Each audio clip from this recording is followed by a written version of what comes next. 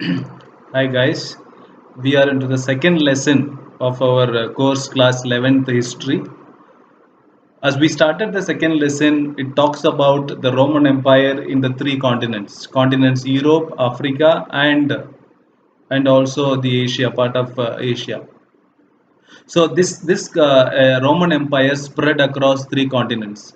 In this, when we started in the last of, part one and part two, we discussed two important topics, two important questions.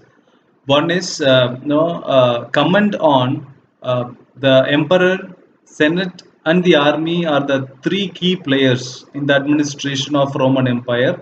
उसके ऊपर comment करने का एक 8 markers हमने देखा था. Then we also saw very important second question. That's a short answer of 3 marks. That is why or explain the third century crisis. Otherwise, why is the third century is a watershed in the history of Roman Empire? So that is what we saw in the last class. I think when we have our live session, we will have enough time to revise these topics. Now we are getting into another very important topic, talking about the gender literacy and culture of Roman Empire. So we will be dealing the first topic, that is the gender. In the first paragraph, we will be discussing about gender. So the question is, throw some light on the gender uh, throw some light on the concept of gender in Roman Empire, on the concept of gender in Roman Empire. So here we will be seeing the equality and inequality between male and female, and the marriage life, and the property inheritance by the women, and how much privilege the women community and men community were enjoying in the Roman Empire. So all these things are included in this gender. So throw some light on the concept of gender in Roman Empire. It's our question. So one of the more modern features of Roman society was the widespread prevalence of nuclear family. We know this. No, nuclear family was the key. Even we studied in the last lesson also. Even here, the modern concept of this Roman Empire, Roman society is nuclear family.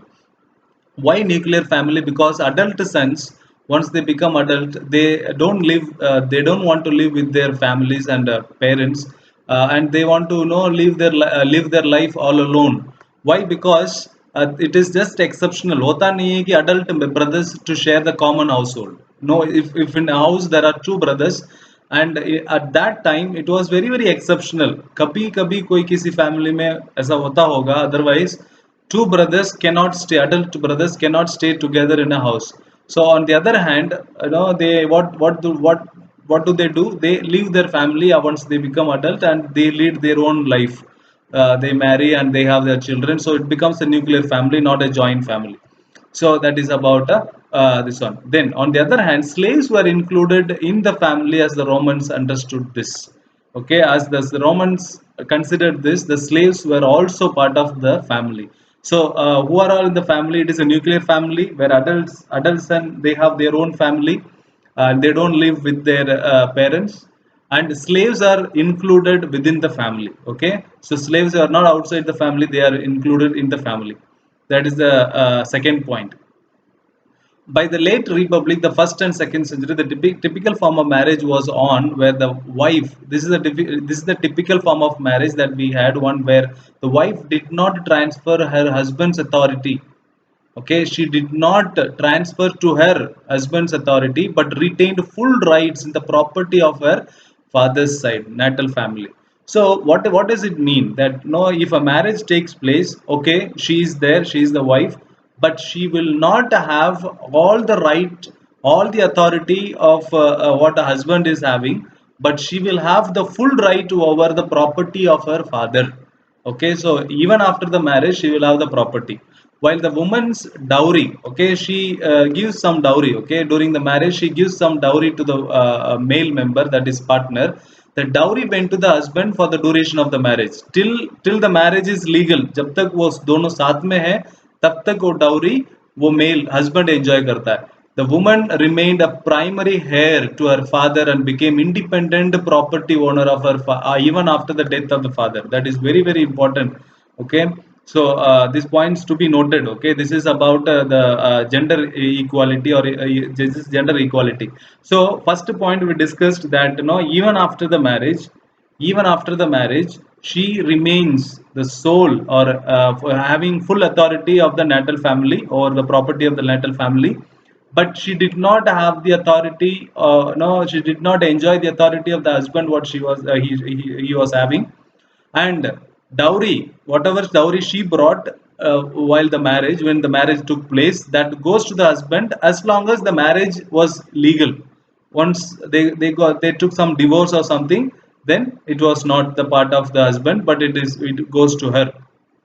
And she remained a primary heir, matlab no, inheritor. Heir matlab inheritor of her father's property, and she is the independent, she also is an independent property owner after the death of the father. That means if she had, if the family had two brothers or one sister, it was equally divided between the three, and she also had independence in the property of the father, after the death of the father. Very important. We have discussed the second and third point. Thus, the Roman women enjoyed considerable legal rights in owning and managing the property. Okay, so this is how she had a very legal right also. She can go to the court to sue she was not given the share. She can also go to the persons who were legally in charge of that time. In other words, in law, the married couple was not only financial entity but two. It was not only one financial. For example, now today, if suppose a land is owned by a family, so it is in the name of the family, the head of the family, mainly the husband, mainly the father. So he has the land is being given, or held by by the name of that person, that male member of the family. But here it is not one financial entity but two. When they buy a land, it has to be registered by in the name of the two people, not only one. Okay, and the wife enjoyed complete legal independence in that. Very very important fourth point to be noted. Divorce was relatively easy and needed more than a notice of intent to dissolve the marriage by either by husband or wife. Okay, if suppose a wife or a husband, if any one of them is not happy with the marriage, then they can just issue maybe one or two notice of intent that they want to dissolve this marriage. ये marriage को dissolve करना चाहते हैं, छोड़ना चाहते हैं, then they just one or two notice देना काफी है. Then they cannot go no force, and no, they cannot compel. Okay, so very very easy. Divorce was relatively easy. On the other hand, whereas males married in their late 20s, okay, very important. Males, they married in late, maybe after 25 or early 30s, whereas women were married off in the late early 20s. That is no 20 to 25 के बीच में. This is the age that the no, the marriage age of male and female, very important again. There was also an age gap between that is the reason that there was an age gap between the husband and wife, because and it would have encouraged certain inequality. Isliye, no, there used to be divorce. Suppose a divorce was very easy because of this reason, because there was an age gap between the husband and the wife, because the law allowed them to marry only after 25 for the male and early 20s for the female. So that itself gave a very a natural thing for them to go for the divorce, and it was very easy, just issue a notice of intent and dissolve the marriage. The marriages were generally arranged. Okay, not the love marriage, it was arranged marriages, and there is no doubt that the women were often subject to domination by the husbands, though they had a lot of legal no, they had legal rights, rights over the property, rights over dissolving the marriage, rights over having their own financial entity. All the rights were there, but even then the domination by the male members over the female was the much highlighted thing even at that time. There is no doubt that women were often subject to domination by their husbands. So this point, for example, we have a person called Augustine, who was a saint in Catholic Church. He was a bishop also. Bishop, see, in a Catholic church, The hierarchy of the church is like that. First, you have to become in order to become the priest. Like we have pandit in Hindu religion, the same way we have a priest in Christianity. First, he has to become a priest. Then, after maybe 5 or 10 years or 15 years, if he has served really, at the service of the God and liked by all the people, he will be promoted as a bishop. And bishop is the in charge of a vaster region, where a priest is in charge of a small region, and bishop becomes the in charge of the vast region. Then above the bishop we have archbishop. Then above the archbishop we have cardinals. The above the cardinals we have the pope is the in charge of the whole Catholic Church. So this is the hierarchy of the church. And we have Augustine, who is the Catholic bishop. He says in with his life experience, he spent most of his time in North Africa. Tells that his mother was regularly beaten up by his father, and most of the wives, during the time of Augustine, most of the wives, underwent the same kind of similar bruises. Bruises means hardships to show.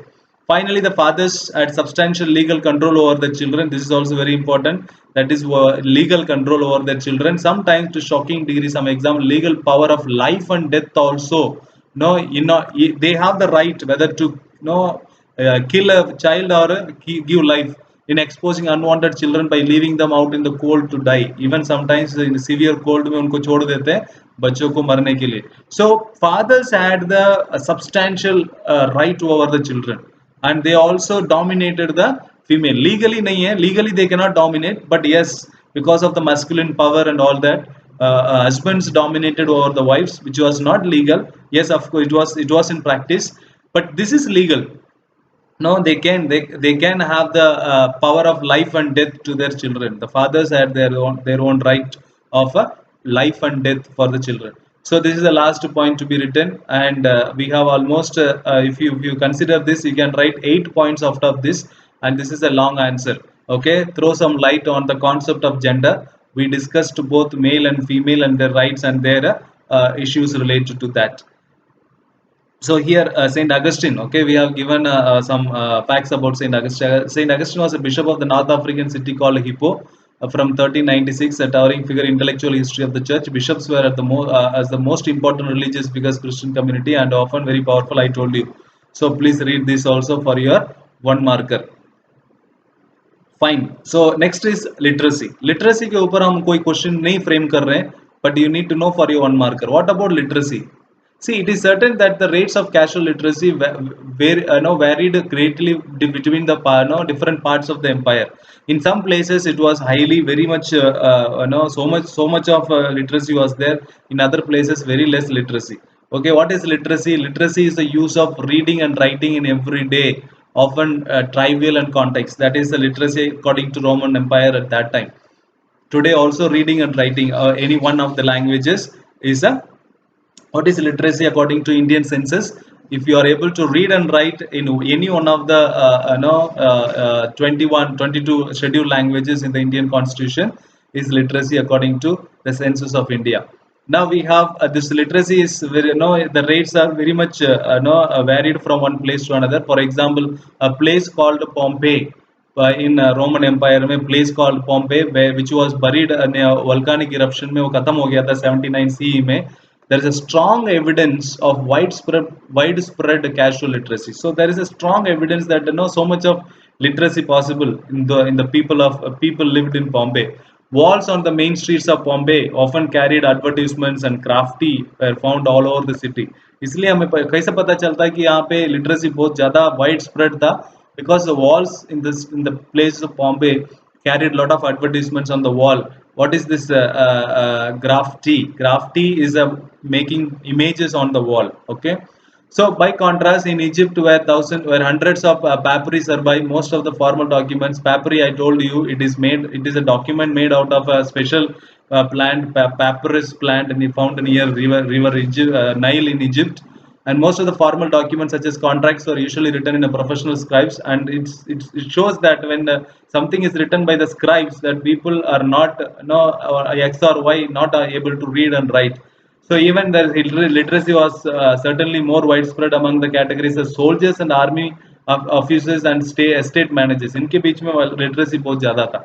So that is all about literacy. So you need to know just for your one marker. I don't frame any question on this. This question is very important. The cultural diversity of the empire was reflected in many ways and many levels. Explain. Okay. So this is the question. The cultural diversity of the empire was reflected in many ways and many levels. Explain. So we are talking about the culture of the Roman Empire.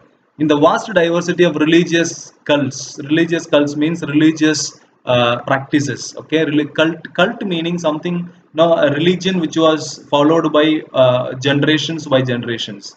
So cult, something that is already, like for example a movie, a fantastic movie, that is a cult in cinema. So that movie is called the cult in cinema. The same way, a religion, Christianity is a cult in religious perspective. So in the vast diversity of religious cults and local deities, there were a lot of diversities and plurality of the languages. Yes, there was a diversity, not one language, so many languages. The styles of the dress, in that you have we had no, the Romans had a lot of diversity in culture, and even costumes and food the people ate, the forms of social organization, tribal and non-tribal, and even the patterns of settlement. ये सब में diversity था, ये सब में cultural diversity पाए जाते थे. So that is a, no, a religion, language, dress, food, social organization and settlement. In everything there was diversity. Not that, no, like Iranian all spoke one language and all lived like the same, wore same clothes. Not like that. Now we are going to see about the language. Now Aramic was the dominant language of the Near East, at least up to Euphrates. Near East means the Asian side, like Syria, Saudi Arabia and Turkey, these areas. Aramic was the language. Israel, mainly Israel was the place. So Aramic was the language. Coptic was a language spoken in Egypt. Coptic was a language which was spoken in Egypt. Punic and Berber in North Africa. Please one marker में ऐसा बहुत important है, नहीं तो answer में भी लिखना पड़ेगा. You have to write in answer also, and also you have to learn for one marker also. And Celtic in Spain. Celtic is a language in northwest. But most of these linguistic cultures were purely oral, because no, that time no written language was that much possible. All these orally use karte the, at least until a script was invented for them. Aramean, for example, only began to be written late as the 5th century, whereas there was already Coptic language. Coptic was a language which was already, which had a written uh, translation. This one, what is that? What language Bible translation first happened? Yes. So Coptic was a language which was Coptic. I said it is in Egypt. Coptic was the language in which the Bible translation of Bible by middle of 3rd century was what had taken place. Very very important. So the translation of the Bible for the first time, in Coptic language took place. So it was written in Aramic language. It was in Aramic. Bible was first written in Aramic. Then it was translated into Coptic. Then elsewhere, the spread of Latin displaced the written form of all the languages that were otherwise widespread. So it was the language. Latin was the language when it came, as a written language. It replaced all the languages, and Latin became one of the leading languages of the Roman Empire. This happened notably with the Celtic, which ceased to be written in the first Celtic language by first century. इसका जो written form था सब खत्म हो गया था. Fine. So you knee not gate worried दो so much. ये सब आपको लिखना ही, लैटिन के बारे में लिखना, बाइबल ट्रांसलेशन लिखना, last line you can leave and only select those important lines. Okay. If you select those important lines, then you will be able to get a very no exact picture of the answer. So we have discussed so far two important questions. One talking about the gender, the concept of gender in Roman Empire. The next literacy for one marker we left for one marker. Then we discussed another very important three marker, that is about the cultural diversity of the Roman Empire, which is also very important from the exam point of view. So I think that's enough for this session. Till I see you in the next session, all of you please take care. Bye bye.